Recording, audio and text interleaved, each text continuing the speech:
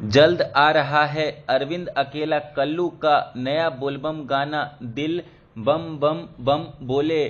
जी हाँ दोस्तों, आपका स्वागत है मेरे चैनल ऑसम भोजपुरी पर।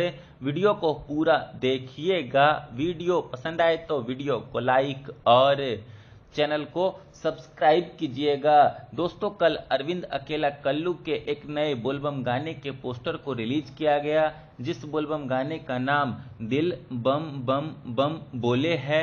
दोस्तों, इस नए बोलबम गाने को अरविंद अकेला कल्लू ने अकेले ही गाया है।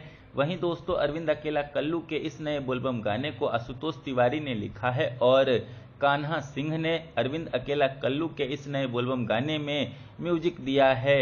वहीं दोस्तों, मासूम सिंह ने अरविंद अकेला कल्लू के इस नए बोलबम गाने के वीडियो में अरविंद अकेला कल्लू के साथ काम किया है।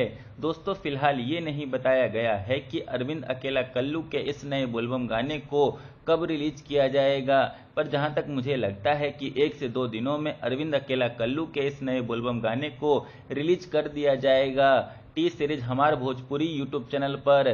तो जब भी अरविंद अकेला कल्लू का ये बोलबम गाना रिलीज हो तो आप लोग अरविंद अकेला कल्लू के इस नए बोलबम गाने को खूब प्यार दीजिएगा टी सीरीज हमार भोजपुरी यूट्यूब चैनल पर।